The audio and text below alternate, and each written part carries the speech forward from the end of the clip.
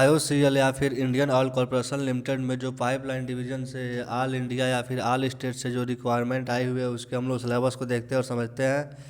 इसमें जो आपका सिलेक्शन प्रोसीजर होगा आपका रिटन टेस्ट बेस पे होगा और इसमें जो आपका ऑब्जेक्टिव टाइप क्वेश्चन होगा 100 क्वेश्चन होगा जिसमें 4 ऑप्शन दिया होगा और वो भी without any marking negative marking, यानी कि आपका आपका कोई भी क्वेश्चन में निगेटिव मार्किंग नहीं मिलेगा और आपका 100 क्वेश्चन 100 नंबर का होगा।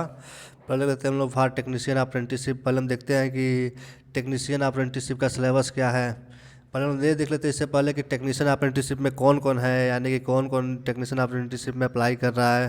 तो आप ऊपर जाएंगे तो आपको मालूम चलेगा कि जो टेक्नीशियन अप्रेंटिसशिप है इसमें आपके जो कि 3 इयर्स मैकेनिकल इंजीनियरिंग से डिप्लोमा किया हो या फिर डिप्लोमा इन मैकेनिकल इंजीनियरिंग या फिर डिप्लोमा इन ऑटोमोबाइल इंजीनियरिंग, इसमें अगर आप 2 साल का भी डिप्लोमा रखे हो तो आप इसके लिए एलिजिबल है। यानी कि अगर आप आईटीआई के बाद भी डिप्लोमा किए हो तो एलिजिबल है। यानी कि टेक्नीशियन अप्रेंटिसशिप मैकेनिकल वालों का सिलेबस को देखते हैं। जो टेक्नीशियन अप्रेंटिसशिप मैकेनिकल वालों की सिलेबस है इसमें आपका 100 क्वेश्चन आएगा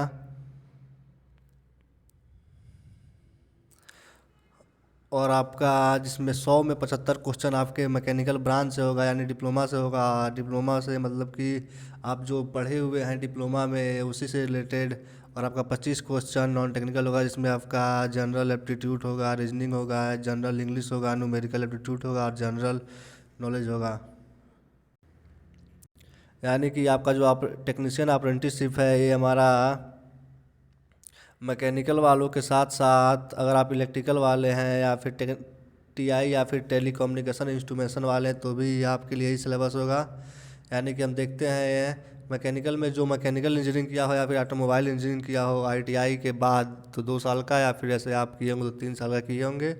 और जो इलेक्ट्रिकल है उसमें आप इलेक्ट्रिकल इंजीनियरिंग किए हो या फिर आप अगर आप आईटीआई के बाद भी करेंगे तो 2 साल का होता है, या फिर आप लेटरल एंट्री से भी किए हो तो आपके इसके लिए एलिजिबल हैं।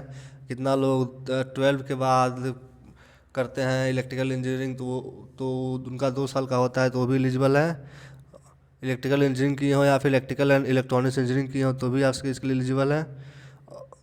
और आप अगर टेली कम्युनिकेशन एंड इंस्ट्रूमेंट्स वाले से किए हो या फिर इलेक्ट्रॉनिक्स एंड कम्युनिकेशन इंजीनियरिंग से किए हो या फिर electronics and telecommunication engineering से किए हो या फिर electronics and radio communication engineering से किए हो या फिर इंस्ट्रूमेंटेशन एंड कंट्रोल इंजीनियरिंग से किए हो या फिर इंस्ट्रूमेंटेशन एंड प्रोसेस कंट्रोल से किए हो या फिर इलेक्ट्रॉनिक्स इंजीनियरिंग से किए हो तो भी इसके लिए एलिजिबल है।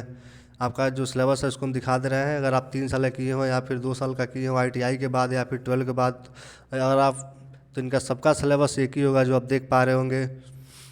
आपका 100 क्वेश्चन मिलेगा, हर क्वेश्चन पे 1 नंबर का होगा और आपका 25 क्वेश्चन आपका 75 क्वेश्चन होगा टेक्निकल, यानी कि आपके डिप्लोमा से रिलेटेड होगा जो आप इलेक्ट्रिकल से हो या फिर इलेक्ट्रॉनिक्स से हो या फिर टेलीकम्युनिकेशन से हो। आपको मैंने दिखा दिया टेक्निकल अप्रेंटिसशिप में कौन कौन होता है, फिर मैकेनिकल से हो। तो यानी कि अगर आपका इंग्लिश में, रीजनिंग में, मैथ में कम नंबर भी आ रहा है तो आप 75 नंबर कर लेंगे। आपके ब्रांच से रिलेटेड हर ब्रांच का अपना अलग अलग ऑब्जेक्टिव टाइप क्वेश्चन आता है तो इसमें कोई ये फिक्स हम नहीं बता सकते कि इलेक्ट्रिकल वाले ये पढ़ ले, मैकेनिकल वाले ये पढ़ ले और आपका टीआई वाले या फिर टेली कम्युनिकेशन एंड इंस्ट्रूमेंटेशन वाले ये पढ़ ले। तो आप अपने ब्रांच के क्वेश्चन को ऑब्जेक्टिव टाइप बनाने की कोशिश कीजिए कि कौन से विषय से कौन सा ऑब्जेक्टिव टाइप बन सकता है। जैसे मैकेनिकल वालों में बहुत क्वेश्चन होता है, जैसे कि उसमें आपका मशीन का क्वेश्चन होता है तो आप मशीन वालों के का ऑब्जेक्टिव क्वेश्चन देखिए। फिर हम लोग देखते हैं अगला सिलेबस ट्रेड अप्रेंटिसशिप अकाउंटेंट वालों के लिए।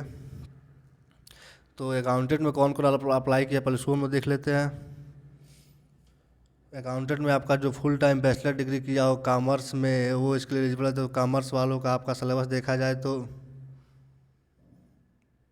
आपको भी 100 क्वेश्चन मिलेंगे और इसमें 75 क्वेश्चन आपके जनरल अकाउंट से होंगे, कॉमर्स या फिर फाइनेंस से होंगे। एंड 25 क्वेश्चन आपका सबका यहाँ पे रीजनिंग, मैथ, इंग्लिश एप्टीट्यूड से ही होगा और जीके से होगा। अगर आप अकाउंटेंट वाले हैं तो आपको अपना जनरल अकाउंट का या फिर कॉमर्स या फिर फाइनेंस का ऑब्जेक्टिव टाइप क्वेश्चन का कॉन्सेप्ट क्लियर होना चाहिए कि अगर कुछ पूछा जा रहा है तो जैसे पूछा जा सकता है कि आपका स्टार्टिंग जो होता है वर्ष वो क्या होता है। आपके विषय में बहुत कुछ होता है जो कि ऑब्जेक्टिव टाइप क्वेश्चन आप बनाइए और सोचिए और समझिए, जिसके बाद आपका ये क्वेश्चन।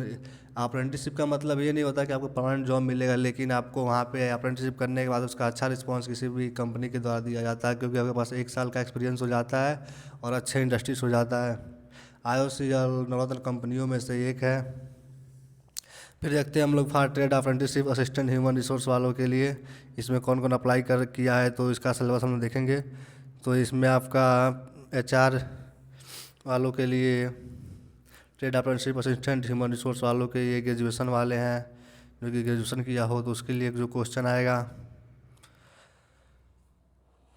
100 क्वेश्चन ही आएगा, जिसमें आपका सब क्वेश्चन आपका जनरल एप्टीट्यूड यानी मैथ से होगा, और आपका रीजनिंग से होगा, इंग्लिश से होगा, numerical aptitude and GK general knowledge या फिर अवेयरनेस होगा। यानी कि सब क्वेश्चन आपका नॉन टेक्निकल ही होगा, जो आप सिलेबस इन सब का देखिए। अगर आप लूसेंट या बुक पढ़ते हैं इसमें, तो आपके लिए काफ़ी एग्ज़ाम को निकालना अच्छा हो रहा था, क्योंकि उसमें बहुत सारी क्वेश्चन आपको इसी सब से होती है, और आपको पढ़ने के बाद वहाँ पे बहुत चीज़ कॉन्सेप्ट क्लियर हो जाता है।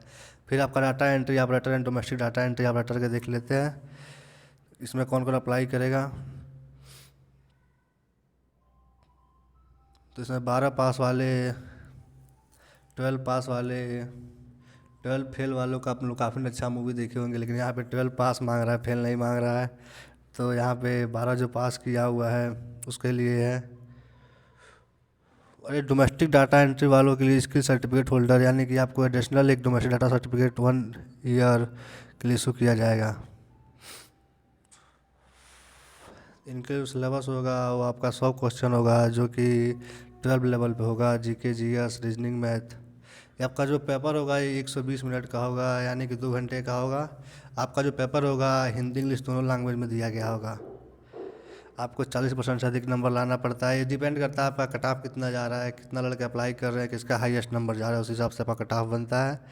ये रहा सिलेबस आपका, जो बहुत रिक्वायरमेंट आ रही थी कि सर सिलेबस बता दीजिए, सिलेबस क्या क्या पूछता है, तो आपका सिलेबस हमने बता दिया। और कौन कौन अप्लाई किया है ये आप ज़रूर देख लीजिए, क्योंकि बहुत लोग कहते हैं कि हम मैकेनिकल से है तो ऑटोमोबाइल वाले अप्लाई कर सकते हैं क्या। तो आप वीडियो को पूरा देखिए, देख सकते हैं, दोस्तों में शेयर कीजिए। अगर आप इलेक्ट्रिकल वाले हैं तो भी एलिजिबल है, इलेक्ट्रिकल एंड इलेक्ट्रॉनिक्स वाले तो भी एलिजिबल है।